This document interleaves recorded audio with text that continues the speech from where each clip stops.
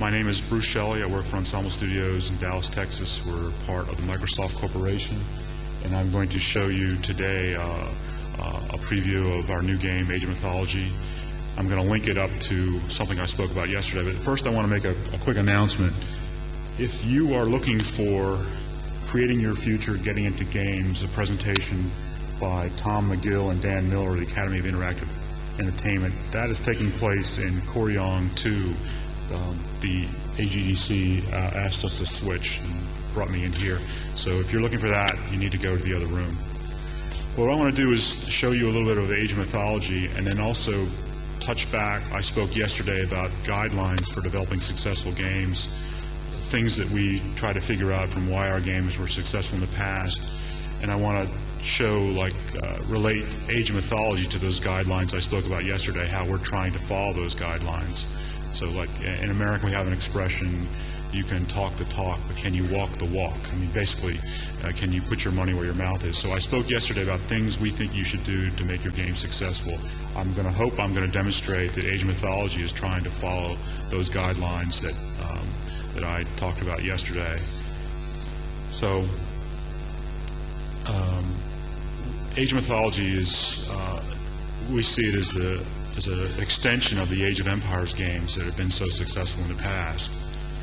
This is, but it's going to be significantly different. We hope that the market is ready for another Age game, but we thought that people would like to have something a little bit different. Before I get too far in my presentation, I want to talk. Yesterday, Mark Morrison talked about how rabbits were fun in games. At Ensemble Studios, we had a little different animal in mind, and we felt that monkeys were more fun than rabbits. So you might see monkeys in our screenshots going forward and probably in our games. This little guy will do a little working around. And just quickly about why monkeys, I mean, my own philosophy on that was that monkeys are inquisitive, they're curious, they're undisciplined, they're mischievous, and they're always seeking bananas, and that's very close to what game developers are like. So we're including monkeys kind of like for professional courtesy. So look for monkeys in Age of Mythology going forward. So the big news for Age of Mythology is it's based on a 3D technology. The Age games previously had all been 2D technology. A challenge for us was to try to make the Age of Mythology look as good in 3D as our past games looked in 2D.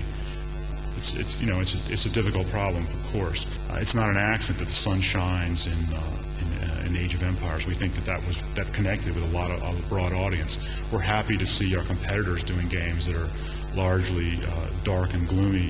I think that the sunshine in Age is a good thing that connects with the large casual audience who may not be the coolest game players, but they're a large body of people, and it helps explain why our games have been so successful. So a character like our giraffe here, people really connect to this. They say, hey, this is a real world place I want to know more about. Age of Mythology will include three cultures, main cultures: the Egyptian culture, the Norse culture, and Greek. There's three great mythologies. They're kind of dead mythologies, so we're not going to offend anybody, but they're also very rich mythologies. There's a lot of cool stuff that we can borrow. These are mythological creatures that you see here. The Sphinx, the Scarab, there goes a flying phoenix. These characters will be new to the mythology. This is part of making the Age experience new. Familiar, yet new, and hopefully differentiated and innovative. The Scarab is kind of like a special character that you'll be able to build. It's great for taking down buildings. So we think that's going to change the way the battles work a little bit. You'll still have these soldier armies running around, but managing these special characters, these special mythological creatures who have certain special abilities will make the combat a little more interesting. Let me move over to let me show you more of the Egyptian world.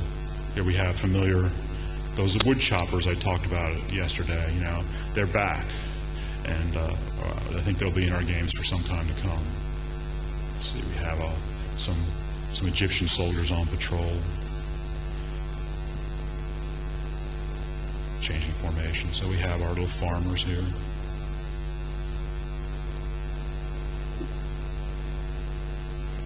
See, software's not quite done. That didn't look right to me when this guy was jumping up. We're not quite ready to ship here.